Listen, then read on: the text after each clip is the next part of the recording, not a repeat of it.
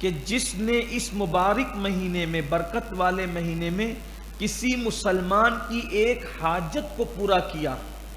صرف ایک حاجت کو، اللہ اسے گناہوں سے ایسے پاک کر دیتا ہے جیسے ابھی اپنی ماں کے پیٹ سے پیدا ہوا۔ یعنی ماں کے پیٹ سے پیدا ہوتے وقت جیسے اس پر کوئی گناہ نہیں تھا،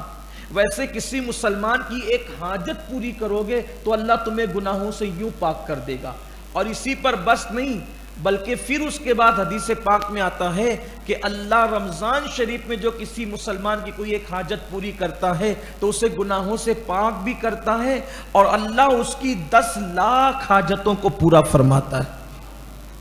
اس لیے ہو سکے اللہ نے نوازا ہے، خدمت کا جذبہ اپنے اندر پیدا کرو، لوگوں کا گرد و پیش کا ذرا جائزہ لو، خیال کرو۔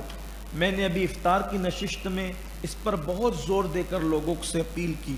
کہ خیال کرو، اللہ نے نوازا تو خیال کرو، غریبوں کا، مسکینوں کا، جو مالدار لوگ ہیں وہ اپنی پوری زکوٰۃ نکالیں، صدقات نکالیں اور لوگوں کو دیں، لوگوں کی مدد کریں۔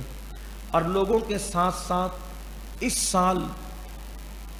جو مدارس دینیہ ہے ان کا بھی خیال کریں، کیونکہ پچھلے سال مکمل لاک ڈاؤن کی وجہ سے مدرسوں کے لوگوں نے بھی کہا تھا کہ بھئی غریبوں میں دے دو، تو اس لیے پچھلے سال مدرسوں کا کوئی خاص معاملہ نہیں ہو سکا، بڑا نقصان ہوا۔ اس لیے آپ جس مدرسے سے بھی متفق ہیں آپ اس مدرسے کی ضرور مدد کریں اپنی زکوٰۃ سے، صدقات سے، اور خاص طور پر آپ اس معاملے میں سنی دعوت اسلامی کا بھی خیال فرمائیں جو آپ کی اپنی تحریک ہے۔ میں تمام اہلیان شہر سے کہنا چاہتا ہوں کہ 60 مکاتب پورے شہر میں اپنے چلتے ہیں، 3 دارالعلوم چلتے ہیں، پھر اس کے علاوہ شعبہ خدمت خلق و شعبہ دعوت و تبلیغ،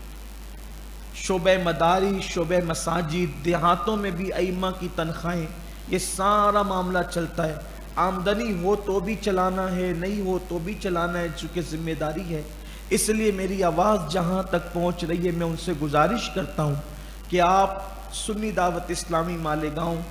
چونکہ تمام اہلیان شہر سے میں کہہ رہا ہوں، 60 مکاتب کے کتنے اخراجات ہوں گے، 3 دارالعلوم کے کتنے اخراجات ہوں گے، پھر شعبہ مدارس، مساجد، شعبہ خدمت خلق، ابھی رمضان المبارک سے پہلے وہ 3 بچیوں کی شادی بھی اجتماعی طور پر کی گئی۔ یہ سب سلسلہ چلتا ہی رہتا ہے، تو آپ کو اس پہ تھوڑی توجہ کرنا چاہیے۔ پھر اس کے بعد ایک صحابی تھے حضرت مرثد غنوی، ان کو اللہ کے رسول علیہ السلام نے مکۃ المکرمہ بھیجا کہ آپ مکہ جاؤ اور وہاں جو مسلمان پھنسے ہوئے ہیں ان کو مدینہ منورہ لے آؤ، کیونکہ کچھ کمزور مسلمان، غریب مسلمان رہ گئے تھے ہجرت سے، اور جو نکل کے آ سکتے تھے وہ سب نکل کر آ گئے، اخیر میں کچھ لوگ بچ گئے تھے۔ تو حضرت مرثد غنوی کو کہا گیا کہ آپ جائیں اور جا کر کے ان مسلمانوں کو جو بچ گئے لے کر آئیں۔ تو جب یہ لینے کے لیے گئے تو وہاں پر ایک خاتون تھی، ایک عورت تھی، حضرت غنوی کے ایمان لانے سے پہلے کا واقعہ ہے کہ ایک عورت تھی جو مسلمان نہیں تھی بلکہ مشرک تھی، تو اس عورت سے ان کے کچھ محبت اور پیار کے، عشق کے تعلقات تھے، ان کے ریلیشن تھے، شادی نہیں تھی، ایمان لانے سے پہلے کی بات ہے۔ تو جب حضرت غنوی وہاں پر پہنچے تو اس عورت کو پتہ چلا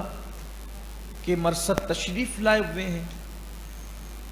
تو وہ وہاں پہنچی اور اکیلے میں ان سے ملی کہ بھئی ہمارے اور آپ کے تعلقات تو محبت اور پیار کے ہیں۔ تو آپ نے فرمایا کہ میں مسلمان ہو گیا ہوں اور اسلام میں زنا کی اجازت نہیں ہے، اب میں جو ہے وہ اس طرف نہیں جاتا، اسلام سے پہلے جو ہوا سو ہوا، اسلام لانے کے بعد ہم اب شادی سے پہلے کسی عورت کو ہاتھ نہیں لگاتے، زنا کرنا حرام ہے اسلام میں، اسلام منع کرتا ہے اس سے۔ تو چونکہ وہ مشرک تھی اس لیے اس عورت نے کہا کہ ٹھیک ہے، اگر آپ زنا نہیں کرتے تو مجھ سے شادی کر لیجئے، نکاح کر لیجئے۔ تو فرمایا چونکہ میں مسلمان ہوں اور تم مسلمان نہیں ہو، تم مشرک ہو، تو یہ معاملہ بھی پہلے مجھے میرے نبی سے پوچھنا پڑے گا، اللہ کے رسول سے پوچھنا پڑے گا کہ کیا کوئی مسلمان کسی مشرک کے ساتھ شادی کر سکتا ہے، نکاح کر سکتا ہے، مجھے یہ پوچھنا پڑے گا۔ تو اس پر یہ آیت کریمہ آئی کہ کوئی مسلمان کسی مشرک عورت سے نکاح نہیں کر سکتا، اور کوئی مسلمان لڑکی کسی مشرک مرد سے بھی نکاح نہیں کر سکتی۔ مسلمان کا نکاح صرف مسلمان کے ساتھ ہوگا، کسی اور سے آپ کا نکاح نہیں ہو سکتا۔ آج کل یہ بھی فیشن ہوتا جا رہا ہے کہ معاذ اللہ مسلمان اب اوروں سے بھی نکاح کر رہے ہیں اور اوروں کو اپنے نکاح میں لینے کی کوشش کریں، نکاح ہوگا ہی نہیں۔ شرط اسلام شرط ہے، اگر آپ نے نکاح کے نام پہ اس کو رکھ بھی لیا تو صرف زنا ہی ہوگا، اور جو بچے پیدا ہوں گے وہ ثابت النسب نہیں ہوں گے، وہ حلالی نہیں ہوں گے۔ اس لیے نوجوان فلمیں دیکھ کر، سیریل دیکھ کر، یا لڑکیاں فلمیں اور سیریل دیکھ کر جس راستے پہ جا رہے ہیں بڑا بھیانک ہے۔ بلکہ معاذ اللہ اب تو یہ بھی دیکھنے میں آ رہا ہے کہ شادی کے لیے اور عورت کے لیے اور لڑکیاں لڑکوں کے لیے مذہب تبدیل کرنے کی کوشش کرتے ہیں۔ نہیں، یہ دنیا فانی دنیا ہے، یہ فانی دنیا ہے۔ جو لوگ اللہ رسول کے وفادار نہ ہوں گے وہ آپ سے کیا وفا کریں گے؟ خدا کے لیے قوم کی بیٹیوں کو اس پر غور کرنا چاہیے، آپ لوگوں کو بھی غور کرنا چاہیے۔ پھر اسی تناظر میں ایک اور بات آ گئی، مشرک کے ساتھ تو نکاح منع کر دیا گیا کہ مسلمان عورت کا نکاح مشرک مرد کے ساتھ نہیں ہوگا، اور مشرک مرد کا نکاح مسلمان عورت کے ساتھ نہیں ہوگا، اور مرد مسلمان ہے عورت مشرک ہے تو بھی نہیں ہو سکتا، دونوں کا مسلمان ہونا ضروری ہے۔ پھر اس میں